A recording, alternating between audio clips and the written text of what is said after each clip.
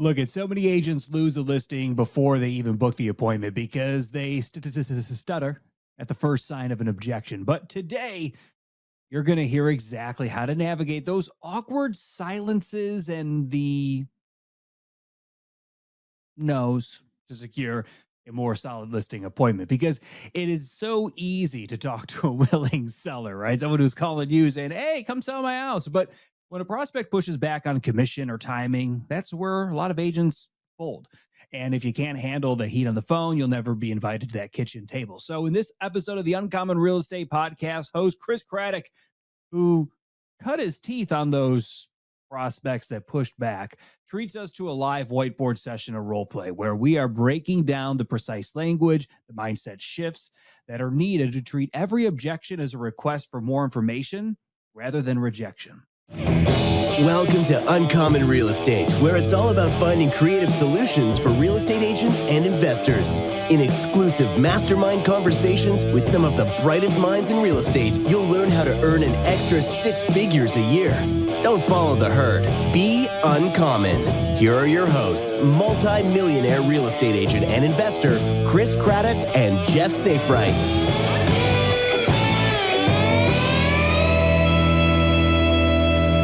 Welcome to another episode of the Uncommon Real Estate Podcast. I'm your host, Chris Craddock, and I am super pumped to have a buddy of mine. He has joined forces with us in our GAIN network, Global Agent Investor Network, part of EXP, and he has been an investor for a while. He's getting kind of his business rolling, and he's gotten licensed in the last year, and he is looking to absolutely blow the barn doors off. And so with that said, I thought, what better thing to do than just have a public coaching session, right? Let's hear what it is when Colby is willing to be vulnerable for everybody. We actually just did this on a morning huddle for our Redux group a couple of weeks ago, where a guy on our team who does about two deals a month, he's averaging between 25 and 30 deals a year. He wants to really level up and do about 50 deals. And so we're like, all right, let's do a public coaching session. And it was just awesome because we recognized a number of the spaces that needed to kind of be optimized in order for him to go from where he was to essentially double. And he has all the talent to do it. He has all the capability to do it, but he didn't recognize what the pieces were that needed to change for him to be able to do it. So with that said, thought, well, somebody that is super talented like Colby, let's hear what he is doing now. And then here's the question for you, Colby. This is what I always ask when we start. Can I say anything? Will you give me freedom to say any of my thoughts and not hold back, and know that this comes from a place of me wanting you to get better and not as a way to hurt your feelings? Absolutely. Boom. All right, game on. So now I have the freedom to say what I'm thinking. And even though I try to still be nice, I'm way less nice when I have that freedom to go. So boom. All right. So first thing, Colby, in real estate in the last 12 months, how much money have you made? I have made about 30,000. 30,000. All right. What is the goal? How much would you like to make in the next 12 months, starting today? Starting today, actually, let's say 90 days from today, because anything you do today, you will not see the results until about 90 days from today. So 90 days from today, and then the rolling 12 months after that. Yeah, 90 days from today, my goals would be, target would be 30,000, another 30,000, and automate No. So 90 days from today, so what is that? Like, we're in August right now. So we're talking September, October, November. So from November to November, how much would you what would be the goal? The goal would be 200. 200. All right, cool. And then what is I know it's great, but if you're to just close your eyes and say, okay, this is my dream number. What is the dream number? 600. 600. Okay, cool. Now here's the thing. You just told us what your current ceiling is. So whatever that number is the ceiling. So, and I'll just tell you, for me personally, years ago when I had to write that down, when I was first starting, I was like, man, if I could make $400,000, and that was pre-inflation, so it's probably about the same amount as your 600. And you want to know where I got capped for 3 years? Where? $400,000. So that, and the reason why was because I set that ceiling there. I was a $400,000 like person in my mind, and that was my net income for a number of years, like when I first was in the business, right? Because I had a goal. I was like, okay, 6 figures. Then it was, okay, man, if I made 400, life would be different. And it was different, but it was also not quite as different as you think, because as you're growing a business, if you make 400,000, then 50% goes to the government and you're left with 200. And then, you use 200 to both grow your business and live on and try to pay for all the things that you'd want to pay for going forward. So 600. And I'll tell you, I would say, think about how you can bump that up in your mind. All right. So 200 is a goal. 30 in the last 12 months. You want to go to 200. So we're talking about about 7xing what you did in the last 12 months. All right. So I had a mentor of mine who said to me early on in my life and career, it wasn't in real estate. He was doing some mentorship with me, and he said, okay, I want to see your calendar and I want to see your checkbook. That was back when we had checkbooks. I want to see your calendar and your checkbook, because these two things tell me what you care about most. You can tell me you care about other things, but the amount of time you spend on something and the amount of money you spend on something tells me exactly what you care about. So if you care about like charities or organizations and you don't volunteer any time and you don't donate to them, you don't care about them. Let's just be honest, right? If you care about your business and your time is not spent in your business and your money spent growing your business, then you don't care about it. Right? That's just the deal. And you got to be honest with yourself, right? That's step one of the 12 steps, is like, admit you're an alcoholic, right? Have a real thing. And I think step 4 is like a fearless moral inventory, right? Be fearless in your inventory. So with that said, let's jump into the thing that will dictate your success more than anything else, your schedule. What time do you wake up? I wake up around 6:30. Okay. So you said around, what does that mean?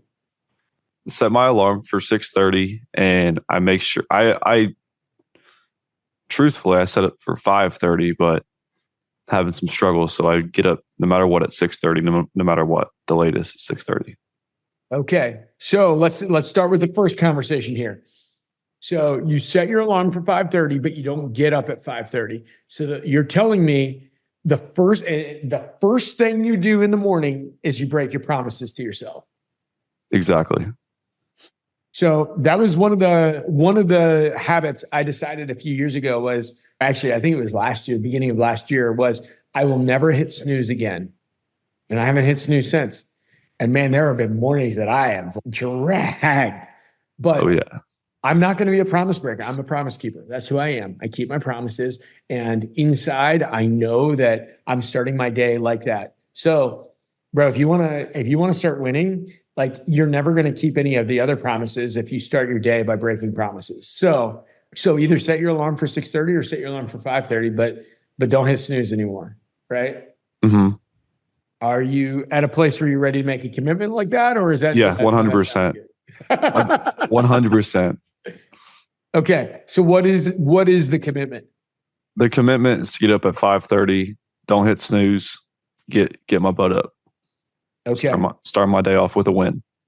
Cool. And what are you gonna say to yourself when you don't feel like getting up? Because you got to have something you say to that. You got two sides. You got your side that sucks, and your side that like is just like, no, I'm gonna be soft and I'm gonna suck at life and I'm never gonna win. And you got the side that's the lion, right? And whichever one you feed is gonna be the one there. So what are you gonna say to that side that sucks when 5:30 rolls around tomorrow and you're like, but I want to get up. I'm tired. My eyes hurt. What are you gonna say? Absolutely. Like, what's your mantra? Yeah, I'm gonna have to tell myself it's personally my fault that I didn't go to bed earlier if I'm not tired, and I did it to myself so I could just sleep better the next night. Absolutely. Well, I'll tell you, you got to have a mantra that you say to yourself as well. Like you got to have something like, this is what winners do, or all I do is win. Pick something in your mind that you say that motivates you, because like legit, if you don't cheer for yourself, who is? If you are not motivating you, who is? Right? We don't have our mom like as our big cheerleader anymore, like on the sidelines like a 6-year-old soccer player anymore. Like we've got to be the cheerleader. And if you can't find that internal motivation, you got to figure it out, because that's the only way to make that happen. So we got to start our day with the win. Boom. All right. So we're there. Then next, you get up, and from here on out, let's say we'll just call it 6:30 because that's when you get out of bed. What is the first thing you do at 6:30? First thing I have to do is I either lift in the morning or I don't lift at all. And I need to lift just because it clears the mind and it's healthy for you. So yeah, I love to lift. So how often are you lifting right now? Every day. So you are. Mm-hmm. It sounded like there's like days that you're missing. So are you hitting every single day? Yeah, every day. Okay. And do you have a gym membership? Do you have a gym in your basement or garage? What? Oh yeah, you're Texas. You guys don't have basements, right? No. So I live in a little guest house, so I'm not paying any rent, which is awesome for me. And we have a shop and we have our own little gym in there. So I just get up and every day hit it hard in the gym. Okay. And when you go to the gym, are you hitting hard, or are you going in and some days you hit hard and some days it's yeah. I mean, it happens to all of us. Some days are better than others, but as long as we get in there and make something happen, then that's a win. Yeah, no, absolutely. I actually, so I joined Lifetime, which I don't know if it's nationwide, but I know at least around here, I joined Lifetime and started doing like the alpha classes, because like when I lived in our old house, like I had this small little gym in like an unfinished portion of our basement that was it was crappy, and all my weights were crappy and everything was crappy, but man, I could hit it like a monster. And then we moved into this house and I got like this sweet rack and like all this sweet gym equipment. And I just was so soft. And I was like, I got to do something different. I got to shake it up, because that's not who I am. And if I start my day like this, I'm going to finish my day like this. And so that's why I just joined Lifetime, because I'm like, I can't look over and see like a 90-pound girl putting up more weight than me and feel okay with myself. Oh, yeah. Sorry for all you PC people out there, but that's just how I feel, right? So yeah, that was the deal. So good. So you hit the gym, and then what's next? After I hit the gym, I will typically what I do the night before is write down a list of what I need to do in the morning to knock out before I start my day. And so I'll look over, I keep notes of all my KPIs in a Google Sheet for all the lists that I call. So for those that may be newer to the business world, KPI are key performance indicators, the things that you're focused on. So yeah, go ahead. Exactly. Just make sure that I'm hitting my numbers and looking at my connection rate, my abandon rate, and just whatever list that I targeted, and dictating how my future day is going to be, and whatever else I have on my notes to do to knock out in the morning. Can you read to me what your KPI was from this morning? Yeah. So my KPIs were I typically this is between me and my virtual assistant. I have a virtual assistant as well. And how much you pay your virtual assistant? $4 an hour. Sweet. Yep. And so yesterday we combined for 1,972 total dials. And your virtual assistant calls? She calls. She works 8 hours a day. Cool. Okay, go ahead. And this is only me calling for an hour yesterday, because yesterday was pretty busy. So my dials are 1,972. There was 1,006 no answers, 6 hang up, 1 lead, 19 non-interested. We got 5 wrong numbers. Our abandon rate was 5%, connection 3.45. And that was for a tax delinquent list here in the DFW area. Okay. So you called, all right. So real quick, how many people did you call, or how many dials were made yesterday between you and the VA? 1,972. And how many conversations? We had, so our conversations, our connection rate was 3.45. So I don't have conversations in here. I need to add our conversation, our connect rate, but we had around 70 conversations. Okay. 70 conversations. How many people were interested in something? Let's just say in selling. One, just one was interested. Okay. Still one a day. What's your average sales price where you are? These are distressed properties. For this distressed properties, it's anywhere from 150 to 250. Okay. But still, so let's just call it 200. So in the best case scenario, you're going to flip a wholesale novation, like a spread deal, and you're going to make some money there. Worst case scenario, as far as profitability wise, you'll list the property. And, typically what you'll see is 3.5% on the list side, and then whatever you pay a buyer's agent in this new world, right? So you're looking at what, $7,000 right there. So do you know how many people you have to go meet with that are interested? How many appointments you have to take to get a deal? I have 2 listing appointments this weekend. I have not yet converted on these distressed properties. I am, however, closing actually 5 days from now on a friend of mine in my sphere of influence. So that'll be a big win. So I do not have that number that you're asking for, appointments to deals. Okay. Got it. How long have you been making calls? I have been making calls since I joined EXP in April. Okay. Got it. And has it been this many calls every day? No, it's been consistent like this for about a month and a half to 2 months. Around, okay. Yeah. Okay. So you're getting, so let's just say a month and a half to 2 months. So it takes 90 days for something to work. How many appointments have you had? So I've had 3 appointments. 3 appointments. Okay. Is this one the guy that was interested or the girl that was interested yesterday? Are they interested in an appointment? Like how interested are they? It'll be a listing. They're out of Dallas, and I'm gonna have to call them back to seal the deal on an appointment time. Okay. Got it. So you can call them back, seal the deal on the appointment. Totally good. And then, why didn't you set the appointment while you're on the phone with them? Because they were in a rush, and I was just trying to gather more information about their needs and kind of what was going on with everything. All right. So here's one of the pushback moments. You ever talk to anybody that's not in a rush? Very, very few people are not in a rush on the phone. Right. Do you know how hard it's going to be to get these people back on the phone with you? Yeah, I do. Typically, I have to call them at least twice a day and get a text and leave a voicemail if they don't.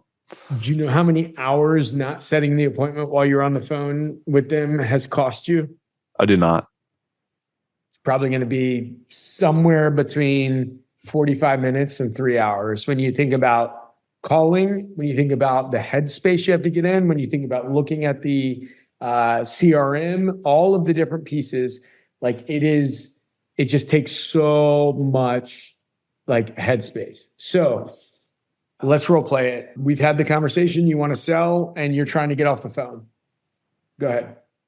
So Colby, yeah, absolutely. I know you got to run, and just real quick. So just so that I can get an understanding of what you're looking to do and looking what to sell for, I'm curious. I can swing by. I'm going to be over in your neighborhood tomorrow or early next week, Monday evening. What would work better for you, tomorrow or Monday evening? So tomorrow I'm gonna be pretty tied up with work. Monday evening, I'm not sure. I might be able to fit it in, but I want to have dinner with my family. Okay. Cool. Well, why don't we just put it on the calendar for, let's say, 5:15, and we can just be in and out in about 20, 30 minutes. And and then we'll be done in time for you to have dinner. Does that work? Yeah, that should be fun. Boom. Done. Okay. Now push back a little bit harder and be like, I don't have my calendar in front of me. I'm really in a rush. Give me that piece. Because absolutely. Like sometimes it's going to be like that, where it's like a little bit of pushback and you got to lean through it. But I'll tell you, with any objection, if you don't answer it at least 3 times until they're about to like literally hang up on you, then you are literally setting yourself up for, I mean, I don't know. If you like that kind of pain, just punch yourself in the throat and you'll be okay with it, because you're setting yourself up for pain when you don't set the appointment and then have to chase people down. And I'll tell you, I am that person, right? Like I needed to get a generator. When we moved into our farm, power goes out here a little bit more often. And so we needed a generator. So I signed up for all these generator like type installers, and all these people were calling me, and I'm like, I just don't want to deal with it right now. I don't want to deal with it right now. And I just kept pushing it off. And the reality is, if somebody, when I got it done, somebody got me on the phone, nailed me down on a time, and then got out here and they got my business, because I didn't want to go through a bunch of different people because I was busy, right? So that was the whole thing, is you got to get somebody to like nail down. So, all right, give me a little bit more pushback on that. Okay. So yeah, does tomorrow or Monday evening work for you better? No, neither of those times work for me. Okay, cool. This weekend I got some flexibility. Are you typically free on a weekend? On a weekend, man, it all depends, because my kids are playing sports. It all depends on their tournament. Probably not available on the weekend. Okay. Why don't we just put like Tuesday evening around 5 down, and then if you need to change it, we can absolutely change it. But like, why don't we just put that down as a placeholder for now? And then next week on Monday, I'll reach out to you and just double check that works. And if it works, cool. And if we need to bump it, then we'll just bump it, to a time that works. Does that work for you? Because I know you're a little bit busy and really trying to get stuff done. So is that cool? I'm not sure if it'll work. I may or may not answer the phone, but you could give it a try. Okay, cool. Well, sounds good. Well, why don't I get that. And so, yeah, I don't know that we need to talk on the phone as much. I mean, obviously you want to get your house sold, and I want to either get you a cash offer. I think, we may have a buyer for your house. So I just need to, I'll just come through, take some notes, and, I can hop in, hop out, 15 minutes and we'll be good to go. So yeah, why don't we just schedule for Tuesday? And if you need to reschedule, we'll reschedule. I'll text you Monday to make sure we're good to go. Okay, that's fine, as long as it don't take too long. Okay, yeah, absolutely. If it's any more than 15 minutes, we'll rock and roll. We'll get out. Boom. All right, cool. Yeah. So what did I do there? You handled the objection, and you kept on trying to find a solution for a better date that worked better with him. And you didn't take the no for an answer. Yeah, exactly. Everybody's going to give you a no. And I tell this story all the time.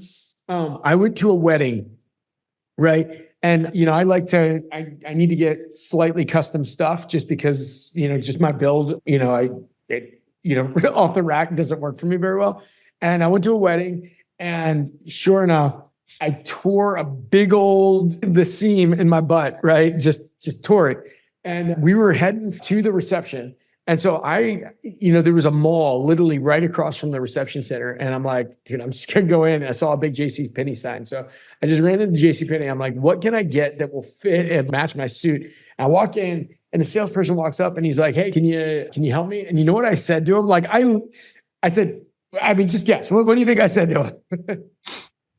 I have no idea. Dude, I just said, I'm just looking. I wasn't just looking. I had a freaking tear in my like suit button. I was the epitome of not just looking. I was a buyer, but that was just naturally what came out of my mouth on that. And then I start looking around, and I'm like, oh crap. And I knew I didn't have much time. And I'm like, dude, I need to find it. So then I went back and found him. I was like, hey, can you show me where's the men's, section? I need like a suit pant.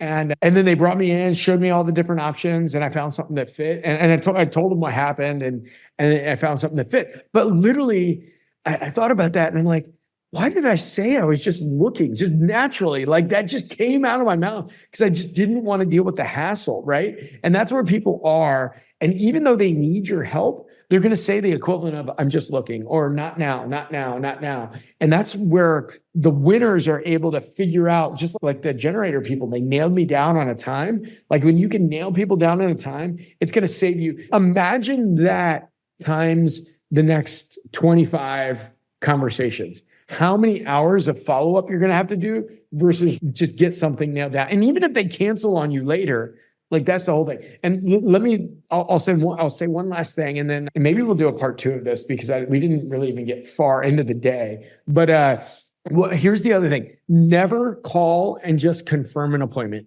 If you ever confirm an appointment, you're asking to get canceled on. So my dentist, I remember sitting with him. He's a business guy. And I remember sitting with him. I was sitting in the chair and we were just talking with each other.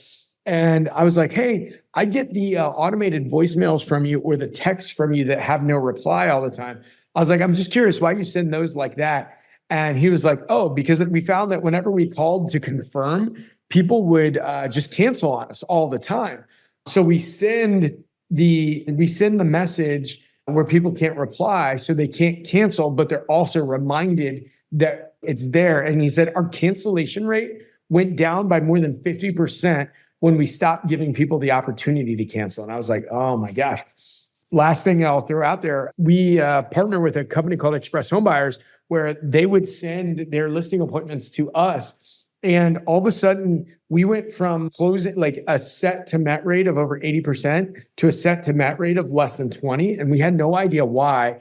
Then we found out that they updated the Calendly, and on it put a reschedule or a cancel appointment button. And literally, as soon as that button appeared, people rescheduled or canceled nonstop. Like literally, we had over 60% of the people that normally we met with, when it was just a button to click, they just rescheduled because everybody's busy. So just know everybody's busy. Keep the appointment, move forward, and your productivity is going to go through the roof. All right. We're at the turn of the hour. So Colby, give me 3 things that you're thinking about and 1 thing you're going to implement from this session. Yeah. So 3 things I'm thinking about. One, first of all, I can't lie to myself and hit snooze. That's first and foremost. How we start the day is how we set the tone for the day. So we need to start off with a win. I'm going to set the appointment. If there's any pushback, that's fine. That's normal. Get a time, get a time and continue to be consistently calling and marketing to get deals. That's awesome. And know that as you keep doing this, bro, you're about a month in. So you got 2 more months before you start really reaping the benefits of all the work you're doing. So just stay consistent. You got 60 more days of consistency, of planting where you don't necessarily see the fruit all coming up. And this is where I'm just going to use, harsher language. This is where losers quit and winners keep going. And so, keep running, brother, keep running, keep doing the right thing. And it will come, you will have the harvest coming up in the next 60 days from today. All right, man, this was great. This was awesome. I hope it was helpful for you. And if you're listening in on this and this was helpful, please just post that in the review section. The more reviews we get, the more, anywhere you listen, whether it's iTunes or wherever, it rewards that. So it would really mean a lot to me if you would give us an honest review. And if I can do anything to serve you, hit me up on Instagram at Cradrock, CRADDROCK. Happy to help and serve you all. Till next time, Colby, crush it. And everybody, go out there, be a person of your word. What you say you're going to do, go make it happen. Kick butt. Thank you for tuning in to this episode of Uncommon Real Estate. Subscribe to the podcast to stay up to date with the latest mastermind conversations from Chris, Jeff, and other uncommon real estate industry leaders. If you love this podcast, please write us a review. And to fast track your real estate career, go to chriscraddock.com.